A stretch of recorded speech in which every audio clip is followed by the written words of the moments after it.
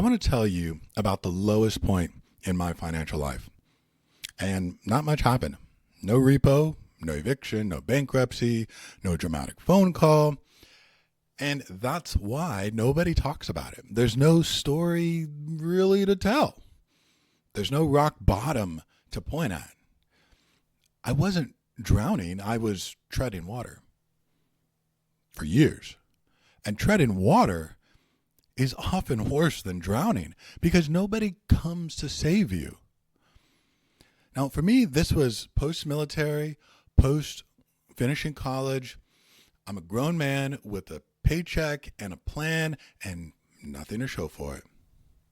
I'm living paycheck to paycheck, not because there was no money, but because it was already spoken for before it even arrived. And that is the credit card cycle, isn't it?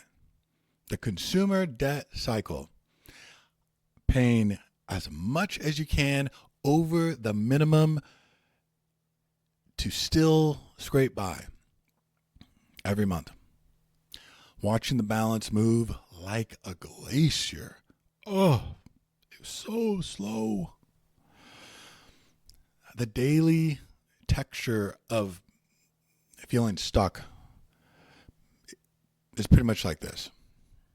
At least this is how it was for me. I couldn't travel, and that's something I love to do.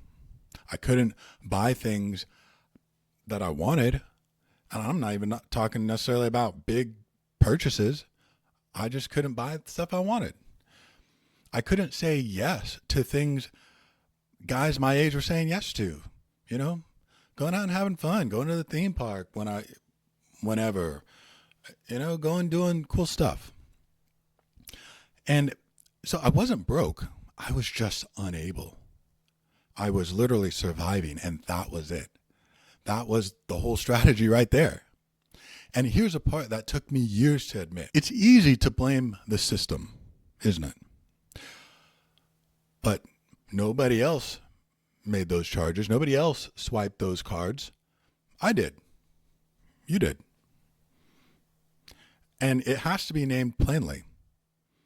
It's financial foolishness. It's frivolousness. It's not being a steward. Past decisions were writing checks that the present me at the time had to cash for years. The consequences didn't arrive all at once for me.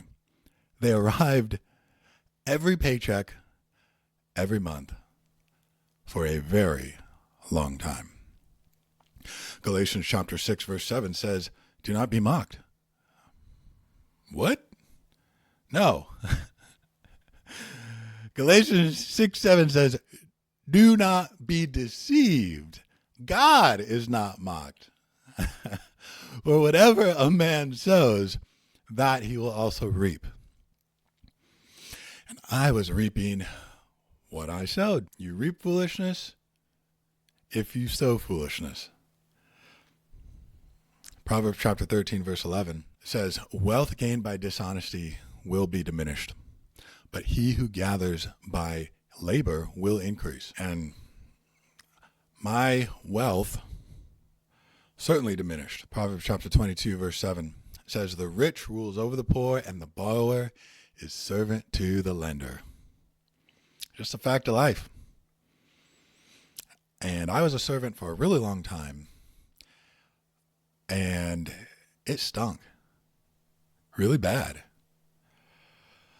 But there's something nobody warns you about, and that is the long consequence. See, a crisis forces change. A crisis gets your attention. Rock bottom has a floor you can push up off of. But the slow low, the consistent low, has no floor. It just goes sideways forever. You can live in it for years and never do anything about it because nothing's technically wrong. The lies you tell yourself in that season are probably the same lies I told myself. I'm handling it. It's under control. It'll get better when I make more money. Yeah. Hey, at least I'm paying more than the minimum.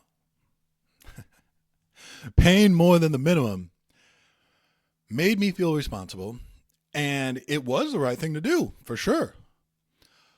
But it wasn't really a plan. It was just penance. And that's exactly where God let me sit.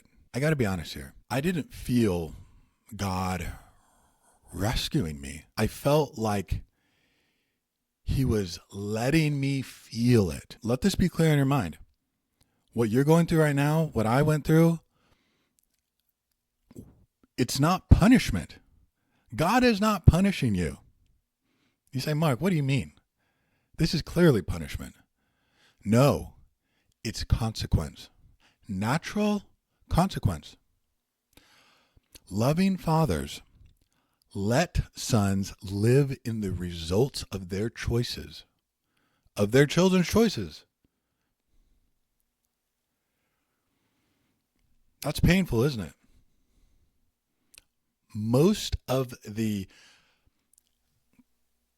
hardships in our life are not God correcting us or punishing us. It's the natural consequence of our own actions. And we have to be willing to admit that, or else it'll just be this never-ending cycle. The years of surviving weren't wasted, not at all. They were tenderizing me. Hebrews chapter 12, verse 11 says, no chastening seems to be joyful in the present. Who likes to be chastened? Who likes to be corrected? But it's painful. Nevertheless, afterward, it yields its peaceable fruit of righteousness to those who have been trained by it. Psalm chapter 119, verse 71 says, it is good for me that I have been afflicted, that I may learn your statutes. It was good that I went through what I went through, that he didn't spare me the consequences of my own actions. It was very good. It still doesn't change the fact that I hate my decisions, but the time that it took for me to learn how to be a biblical steward, and that it was even important as a Christian man to be a biblical steward, took me a certain period of time. And that time isn't going to be the same amount of time that it takes you. It took me almost 20 years. And I pray it doesn't take you that long. But God likes to use time, doesn't he? He likes to use a lot more time than we want.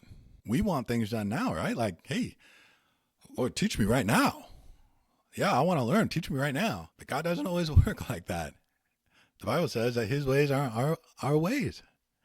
His thoughts aren't our thoughts. Proverbs chapter 3, verses 11 through 12 says, my son, do not despise the chastening of the Lord, nor detest his correction. For whom the Lord loves, he corrects, just as a father the son in whom he delights. And I want to remind you that the chastening of the Lord, the correction of the Lord was not the fact that I went through what I went through, is that he let me go through that he let me feel the natural consequences of my foolish actions. At the time, I wasn't ready for a system yet.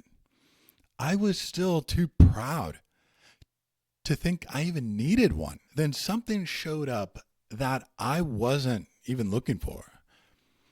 And if you're in that season right now, where there's no crisis, there's no progress, at least it doesn't feel like there's any progress, it's just months turning into years, I'm not going to lie to you and tell you that it's fine, because it isn't. But I'm also not going to tell you that it's the end, because it's not the end. It can be a very, very profitable time for you spiritually. Consistency trumps intensity. The way out wasn't a dramatic rescue. It was a slow turn. If this is a kind of content you want more of, subscribing genuinely means a lot because it lets me know in real time that there are men out there that are just like me, who don't have everything all together, who are just trying to figure it out while looking to the Lord. The thing that finally cracked something open in me, it wasn't a sermon. It wasn't even a Christian book. It wasn't even something I intentionally went out looking for. And honestly, it probably the last place you'd expect God to speak to a Christian man about money. God bless. I'll see you in the next one, brother.